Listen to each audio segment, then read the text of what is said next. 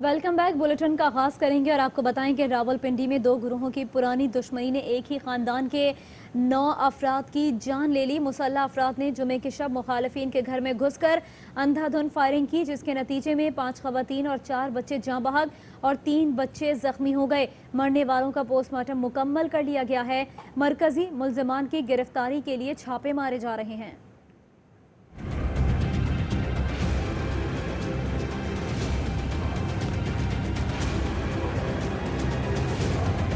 रावलपिंडी में खानदानी दुश्मनी ने नस्लें उजाड़ दी। मुसल्लह अफराद की मुखालफिन के घर में घुसकर अंधाधुंध फायरिंग। दुश्मनी में अंधे सफाक मुल्जिमान ने घर की खवातीन को छोड़ा, ना ही बच्चों को। मरने वालों में 5 खवातीन और 4 बच्चे शामिल। 3 जख्मी बच्चे अस्पताल में जेर इलाज हैं। बड़ा कौन सा जुल्म होगा? हमारे 1 साल के बच्चे उन्होंने कत्ल कर दिए हैं। हमारे कमरों में जाके, हमारे छतों में जाकर उन्होंने तबाही मचा दी है। साफ नहीं मिलना, हम बिल्कुल कचहरी चौक बंद करेंगे और एहतजाज करेंगे। वज़ीर आज़म पाकिस्तान के ये अपील करेंगे। रीजनल पुलिस ऑफिसर सुहेल हबीब का कहना था कि जमानत पे रिहा इश्तिहारी मुल्जिम रब नवाज ने अपनी बीवी के कत्ल का बदला लेने के लिए मुखालफिन के घर पर हमला किया। इनकी पुरानी दुश्मनी थी, 4 साल से ये चल रही थी। तो कुछ इनके जो क्रिमिनल्स थे वो जमानत पर थे। इसकी जो वाइफ थी रब नवाज की, उसको कत्ल किया गया था चंद दिन पहले। उसका बदला लेने के लिए फिर ये आए। पुलिस मरकजी मुल्जिमान की गिरफ्तारी के लिए छापे मार रही है।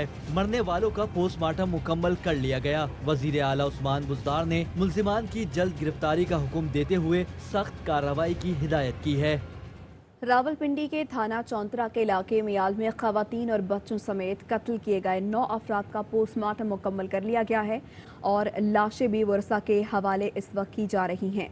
आपको एक बार फिर से बताएं कि रावलपिंडी में 2 गिरोहों की पुरानी दुश्मनी ने एक ही खानदान के 9 अफराद की ज़िंदगी जो है उसको ज़िंदगी निगल ली है। और इसके अलावा आपको बताएं कि इसी हवाले से हमारे नुमाइंदे हमारे साथ मौजूद हैं, उनसे बात करते हैं। बाबर, बताइएगा। चौंतरा के इस इलाके मियाल में मौजूद हूँ, जहाँ पे गुज़िश्ता शब जो है ये अफसोसनाक वाक़या हुआ। सफाक इश्तिहारी मुल्ज़मान ने अंधाधुंध फायरिंग करके मासूम बच्चों समेत मजमूई तौर पर 9 अफराद को मौत के घाट उतारा। 3 घरों में ये फायरिंग करके 9 अफराद की जान ली गई।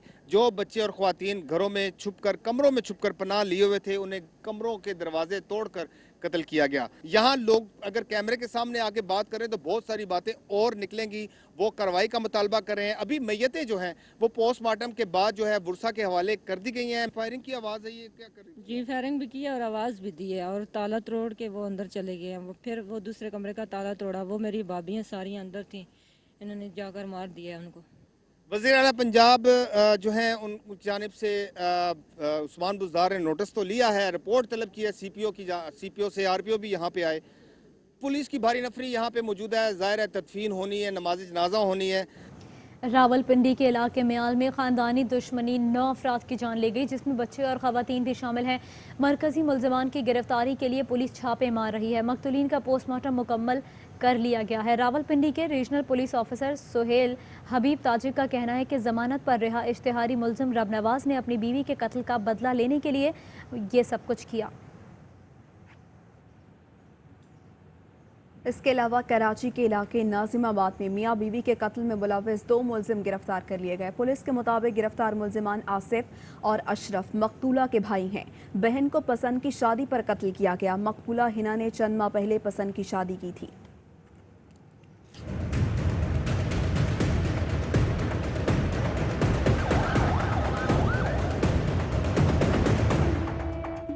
कराची के इलाके नाजमाबाद में 9 बेहतर जोड़े के कत्ल का मामला हल। कातिल लड़की के भाई निकले। पुलिस ने मुल्जिमान को धर लिया। पुलिस के मुताबिक हिना और सलीम साई ने चंद माह पहले पसंद से शादी की थी। भाइयों ने खानदान की मर्जी के खिलाफ शादी करने पर जोड़े को छुरियों के वार करके मार डाला। पुलिस ने मुल्जिमान को रंगी टाउन के इलाके से गिरफ्तार कर लिया और उनसे आला कत्ल भी बरामद किया। और अभी आपको बताएं कि सीटीडी इन्वेस्टिगेशन का शैतान चौक पुराना गोलीमार पर छापा। गैंग वॉर में मुलव्वस उज़ैर बलूच ग्रुप के 2 इंतहाई मतलूब टारगेट किलर्स को गिरफ्तार कर लिया। इंचार्ज चौधरी सफदर कहते हैं कि मुल्जिमान को भारत से Lyari gang war commander Jameel और छांगा हिदायत देता था। मुलजिमान से कालाधम BLA की फाइनेंशियल लॉजिस्टिक मुआवनत पर तफ्तीश जारी है। मुलजिमान से दस्ती बम, आवरान बम, 9mm रिवॉल्वर और 2 किलो चर्स बरामद कर लिया गया है। असलहे को FSL के लिए मुतालिका दफ्तर भेज दिया है। और मकबूजा कश्मीर में भारतीय रियासती दहशतगर्दी जारी। काबिज फोर्सेस ने श्रीनगर के नवाही इलाके रणबीरगढ़ में नाम नहाद ऑपरेशन की आड़ में 2 नौजवानों को शहीद कर दिया। मुतअद्दिद नौजवानों को गिरफ्तार भी कर लिया गया। काबिज फोर्सेस घर घर तलाशी के दौरान निहत्ते कश्मीरियों को हिरासा कर रही हैं। आज़ाद कश्मीर के सहाफ़ियों का ISPR रावलपिंडी का दौरा। DG ISPR major general Babar Iftikhar ने LOC पर भारतीय इश्तियाल अंगेज़ी से आगाह किया। DG ISPR ने मकबूजा कश्मीर की सूरत हाल से भी आगाह किया। DG ISPR ने वफ्द को भारतीय फ़ौज LOC पर शहरी आबादी को जानबूझकर निशाना बनाने के वाक़यात पर भी ब्रीफिंग दी। और अब बात कोरोना वायरस की। पाकिस्तान में कोरोना केसेस और अमवात में कमी का सिलसिला बदस्तूर जारी है। 24 घंटे में 1487 नए केसेस सामने आए हैं। 24 मरीज जान से गए हैं। मुल्क भर में वायरस से मुतासरा 2,36,596 अफराद सेहतयाब हो चुके हैं।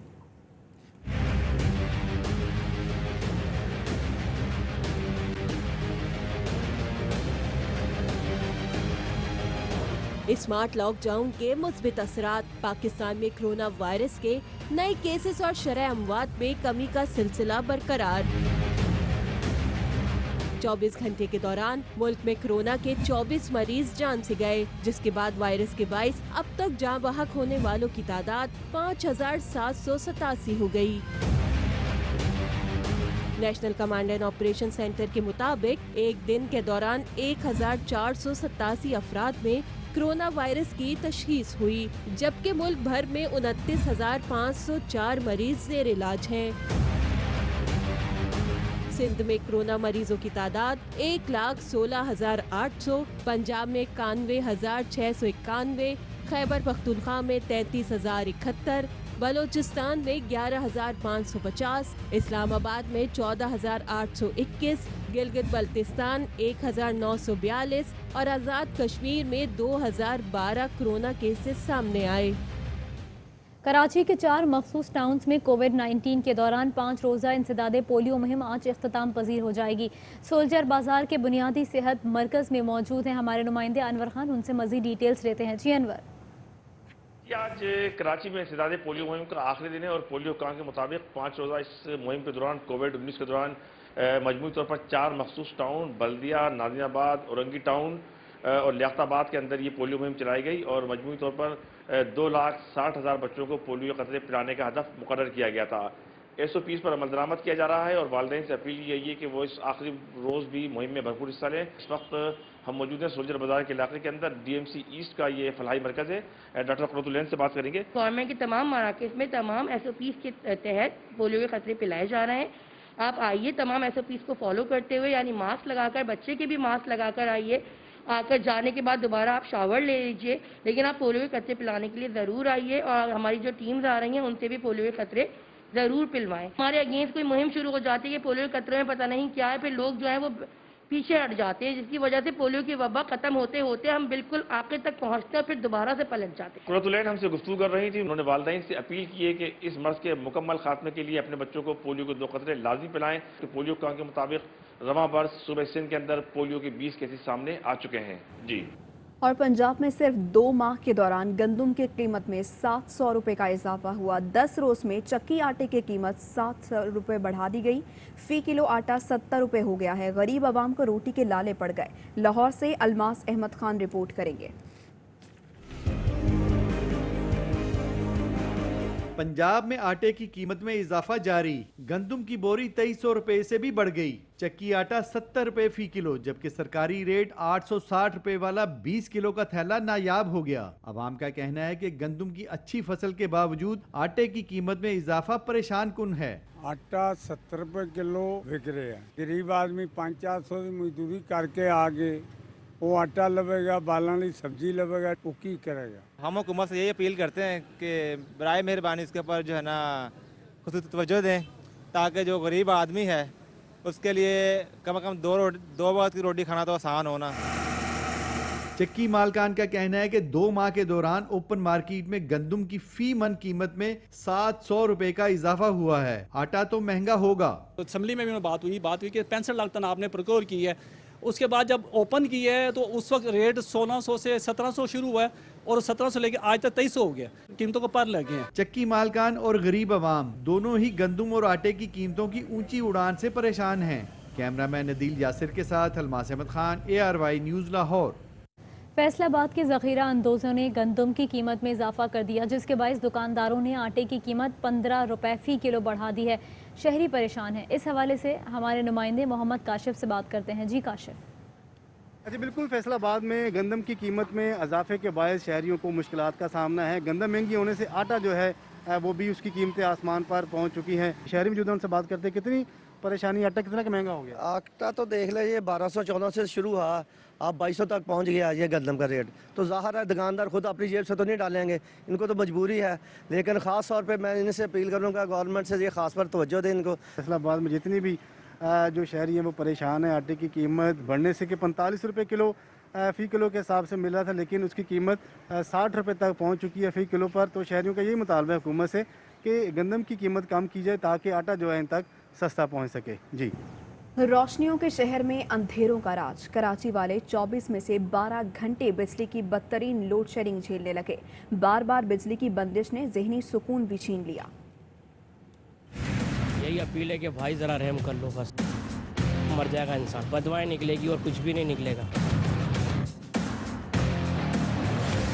लोड शेडिंग पर कराची वालों की दुहाई काम न आई। मौसम बदला, गर्मी भी कम हुई, लेकिन बिजली की बंदिश का दौरानिया नहीं घटा। हुकूमत, सियासी जमातों, नैब या नेपरा की जानिब से बिजली की बंदिश की सुनवाई पर बेचारे कराची वाले हर बार पुरुमीद होते हैं, लेकिन नतीजा हर बार मायूसी। लाइट 3-3 घंटे चली जाती है, 1 घंटा देते हैं तो फिर कोई टाइम नहीं है लोड शेडिंग का, इतनी देर मर्जी है बंद कर दें वो। मली, लांडी, इत्तेहाद टाउन, बल्दिया, गडाप, औरंगी, कयूमाबाद, बफर जोन और न जाने कितने ही इलाके बदतरीन लोड शेडिंग की जद में हैं। रावलपिंडी, इस्लामाबाद में मानसून की मूसलाधार बारिश ने जल थल एक कर दिया। सुआत में तेज बारिश के बाद नदी नालों में तुग़यानी आ गई।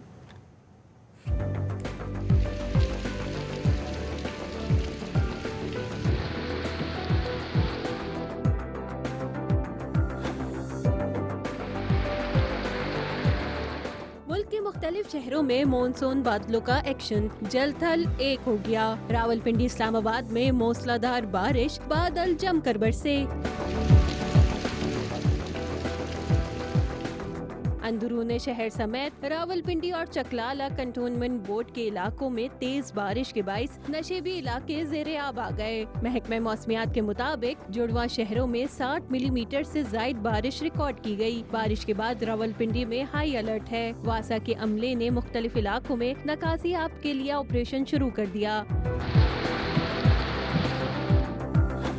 खैबर पख्तूनख्वा के जिला सवात में भी काली घटाएं खूब बरसी। नदी नालों में तुग़यानी आ गई। गलियां, सड़कें और बाजार नदी नालों का मंजर पेश करने लगे। महकमे मौसमियात ने नारोवाल, सियालकोट, गुजरावाला, मुल्तान और भावलपुर में बारिश की पेशगोई की है। पेशावर, मर्दान, बन्नू, कोहाट, जोब और ज़ियारत में भी गरज चमक के साथ बादल बरसेंगे। कराची में मौसम अबरालूद, मुख्तलिफ इलाकों में बूंदाबांदी हुई। महकमे मौसमियात ने आज से मानसून का तीसरा स्पेल शुरू होने की पेशगोई की है। महकमे मौसमियात के मुताबिक बुहेरा अरब में भारतीय गुजरात के करीब कम शिद्दत का हवा का दबाव बन रहा है। कराची में मानसून बारिश का तीसरा स्पेल आज रात से शुरू होने का इम्कान है। बारिश का सिलसिला कल भी जारी रहेगा। बारिश से पहले आंधी और गरज चमक का भी इम्कान है। 2 साल पहले अवाम ने इमरान खान की 22 साला बेहतरी की जिद्दोजहद को नए मरहले में दाखिल किया। वफाकी वजीर असद उमर ने ट्वीट में कहा, इंशाअल्लाह नए पाकिस्तान का सफ़र न सिर्फ जारी रहेगा बल्कि मज़ीद तेज़ होगा। उन्होंने कहा, इसी अज़्म से काम करना है कि तेज़ हो, जिद्दोजहद तेज़ हो। आज अवाम की जीत का दिन है। कप्तान की जीत और स्टेटस को की हार का दिन है। माविन खुसूसी डॉक्टर शहबाज गिल ने ट्वीट में कहा कि आज अल्लाह का शुक्र अदा करने का दिन है। सफ़र बहुत मुश्किल लेकिन इदारे बहुत से भी पुख्ता और गैर मुतसलसल हैं। अल्लाह से दुआ करें कि वो कप्तान को हिम्मत दे। उन्होंने लिखा कि सेहत और लंबी ज़िंदगी दे ताकि पाकिस्तान में गरीब की तरक्की और खुशहाली हो। उन्होंने कहा कि सफ़र बहुत मुश्किल लेकिन इरादे पहले से भी ज़्यादा पुख्ता और गैर मुतज़लज़ल हैं। मौलाना फजलुर रहमान के भाई को कराची के जिला वस्ती का डिप्टी कमिश्नर मुकर्रर करने पर रद्द अमल। पीटीआई रहनुमा हलीम आदिल शेख कहते हैं जिला वस्ती पीटीआई की अक्सरियत का इलाका है। बल्दियाती इलेक्शन के लिए मनपसंद पुलिस अफसरान लगाना शुरू कर दिए गए हैं। आपको बताएं कि उनकी जानिब से ये भी कहा गया कि एक सूबे का अफसर दूसरे सूबे नहीं भेजा जा सकता। ज़ियाउर रहमान को गैर कानूनी तौर पर डिप्टी कमिश्नर मुकर्रर करना काबिल मुज़म्मत है। फजलुर रहमान साहब के भाई मौलाना ज़ियाउर रहमान साहब जो पीटीसीएल में इंजीनियर थे, जब एमएमए की हुकूमत थी केपी में, उस वक्त गैर कानूनी तरीके से उनको प्रोविंशियल मैनेजमेंट सर्विस में जम किया गया था। गैर कानूनी तरीके पर उनको पंजाब भेजा गया था। और जिन दिनों तहरीक इंसाफ का धरना चल रहा था, उन्होंने धरने में बड़ी वहाँ मार पीट ज्यादती बहुत कुछ किया था। और सिंध में मौलाना ज़ियाउर रहमान साहब तशरीफ ला चुके हैं। प्रोविंशियल मैनेजमेंट सर्विस के अफसर नहीं थे। एक सूबे अगर होते भी तो एक सूबे की प्रोविंशियल सर्विस से दूसरी सूबे की प्रोविंशियल सर्विस में नहीं आ सकते थे। डिस्ट्रिक्ट सेंट्रल जो है वो पीटीआई का बहुत अहम जिला है। तहरीक इंसाफ के एमपी एमएनएस मेजॉरिटी हमारी है और डीलिमिटेशन होने वाली है। पॉलिटिकल इंजीनियरिंग स्टार्ट हो चुकी है। यही लोग डीलिमिटेशन करेंगे। इन्हीं लोगों के जरिए इलेक्शन में जालसाजी कराई जाएगी। जो धरने के तोहफे के तौर पे, टोकन के तौर पे डीसी साहब को हमें तोहफा दे दिया गया है, काबिल मजम्मत है। फौरी तौर पे इनको वापस किया जाए, इनको खत हटाया जाए, यहाँ से इनको अपने सूबे में भेजा जाए। मौलाना फजलन के भाई ज़ियाउर रहमान की बतौर डीसी सेंट्रल तैनाती पर एमक्यूएम बरहम। सिंध असम्बली में पार्लिमानी लीडर कंवर नवीद जमील ने वज़ीर आला सिंध को इस हवाले से ख़त लिख दिया। कंवर नवीद ने लिखा कि ज़ियाउर रहमान की रेपुटेशन पर तैनाती अदालती हुक्म की तौहीन के ज़ुमरे में आती है। सुप्रीम कोर्ट की हिदायत के मुताबिक सिंध में तैनाती नहीं हो सकती। डीसी सेंट्रल हसास इलाका है, इस तरह की पोस्टिंग बेहतरी के लिए मुमकिन नहीं। कंवर नवीद जमील ने वज़ीर आला सिंध मुराद अली शाह को लिखे गए ख़त में कहा कि सूबे से बाहर एक शख्स लाकर इंतहाई अहम पोस्ट पर बिठा दिया गया जो गैर मुनासिब है। गवर्नर पंजाब चौधरी मोहम्मद सरवर ने कहा पाकिस्तानी अवाम मुल्क में जमहूरियत के तसलसल और शफाफियत के हामी हैं। सियासी मुखालिफिन जितनी मर्जी APCs कर लें, हुकूमत को कोई खतरा नहीं।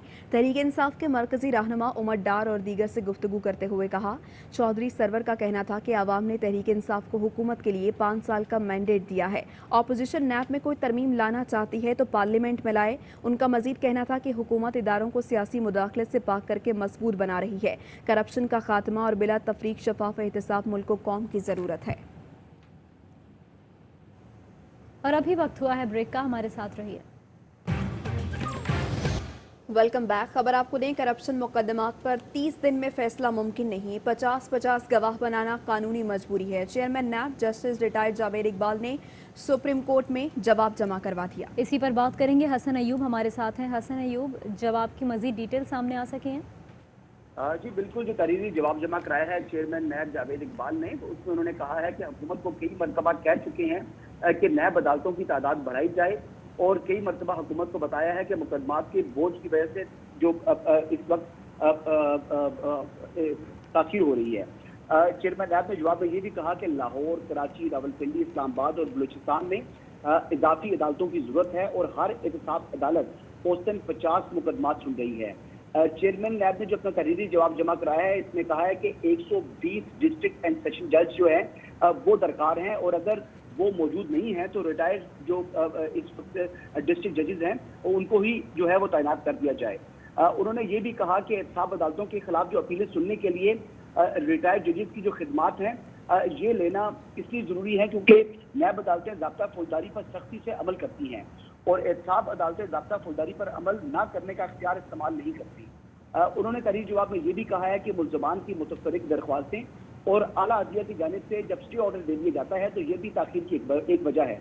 तहरीर जवाब में उन्होंने ये भी कहा है कि अदालतें ज़मानत के लिए सुप्रीम कोर्ट की जानिब से जो वज़ा करदा असूल हैं इन पर अमल दरामद नहीं कर रही और जो किसी भी एब्सकॉन्डर को यानी जो बंदा इश्तिहारी होता है तो उसको इश्तिहारी करार देने का भी एक तरीका है।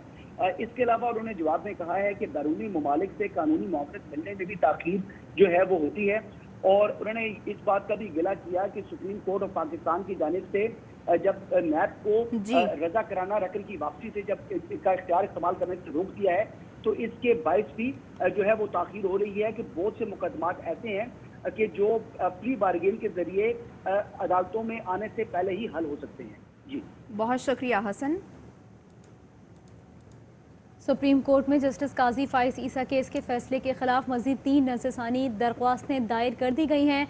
इसी पर बात करेंगे हमने नुमाइंदे से भी। आपको बताएं कि दरख्वास्तें Balochistan bar council, Quetta bar association और पंजाब बार कौंसिल ने दायर की हैं। दरख्वास्तों में इस्तदा की गई है कि अदालत फैसला के पैराग्राफ नंबर 3 से किया गया नज़रसानी करे। सदारती रेफरेंस का लदम करार देने के बाद मामला FBI भेजने का जवाज़ नहीं था। वज़ीर आज़म इमरान खान के विजन के मुताबिक और वज़ीर आला पंजाब की हिदायत पर पंजाब हुकूमत का तामीराती शोबे के फ़रोग और मुआशी इस्तेहकाम के लिए खुसूसी पैकेज का ऐलान। वज़ीर आला पंजाब उस्मान बुज़दार का कहना है कि तामीराती शोबे से मुतालिका इजाज़तनामों के हुसूल के लिए 1 विंडो सिस्टम मुतारिफ करवा दिया गया। तामीरात से मुतालिका NOC और नक्शाजात की मंजूरी अब खिदमत मराकज़ से होगी। ज़रूरी इजाज़तनामे बगैर रिश्वत और आसानी से मिल सकेंगे। वज़ीर आला पंजाब का कहना था कि रिहायशी या कमर्शल इमारतों की तामीर के लिए नक्शे की मंजूरी 30 दिन और कमर्शलाइजेशन या लैंड कन्वर्जन का NOC सिर्फ 45 दिन में दरख्वास्त गुजार को मुहैया किया जाएगा। वज़ीर आज़म इमरान खान की जानिब से बनाई गई टाइगर फोर्स की आलमी सतह पर पजीराई। चीन ने टाइगर फोर्स कायम करने के इक़दाम की तारीफ़ कर दी और चाइना यूथ फेडरेशन के ओहदेदारान ने पाकिस्तानी हुक्काम को ख़त लिख दिया, जिसमें पाकिस्तान से टाइगर फोर्स से मुतालिक मालूमात और तजर्बे के तबादले और रज़ाकारों पर मुश्तमिल टाइगर फोर्स से मुतालिक ऑपरेशनल तफसीलात फराहम करने की दरख्वास्त की गई है। ख़त के मुताबिक चाइनीज़ यूथ पाकिस्तान की टाइगर फोर्स के तजर्बे से सीखने की ख्वाहिशमंद है। पाकिस्तान टाइगर फोर्स से मुतालिक ज़रूरी मालूमात फराहम करे तो शुक्रगुजार होंगे। और मंजनाबाद में टिकटॉक ने एक और नौजवान की जान ले ली है। मोहम्मद सुफियान टिकटॉक शूट कर रहा था कि पांव फिसल गया और नहर में गिरकर जान गंवा दी। नौजवान टिकटॉक बनाते हुए सातकिया कैनाल में जा गिरा। कैनाल में पानी गहरा था। नौजवान की तलाश के लिए रेस्क्यू 1122 की टीम और मकामी पुलिस मौके पर पहुंच गई और रेस्क्यू ऑपरेशन शुरू कर दिया गया है। ताहम नौजवान की लाश ताहाल नहीं मिल सकी। मैट्रिक के नताइज से मुतालिक पॉलिसी में एक बार फिर तब्दीली। फेडरल बोर्ड ऑफ इंटरमीडिएट का मैट्रिक में 40% मज़ामीन में फेल तलबा को पास करने का फैसला। इसका नोटिफिकेशन भी जारी कर दिया गया। बोर्ड हुकाम का कहना है कि साबिक या प्राइवेट उम्मीदवार इस पॉलिसी से मुस्तफ़ीद हो सकेंगे। नताइज का ऐलान जल्द कर दिया जाएगा। इससे पहले साबिक प्राइवेट उम्मीदवारों को सालाना नताइज में पास नहीं किया गया था। हम वापस आएंगे एक ब्रेक के बाद, हमारे साथ रहिए।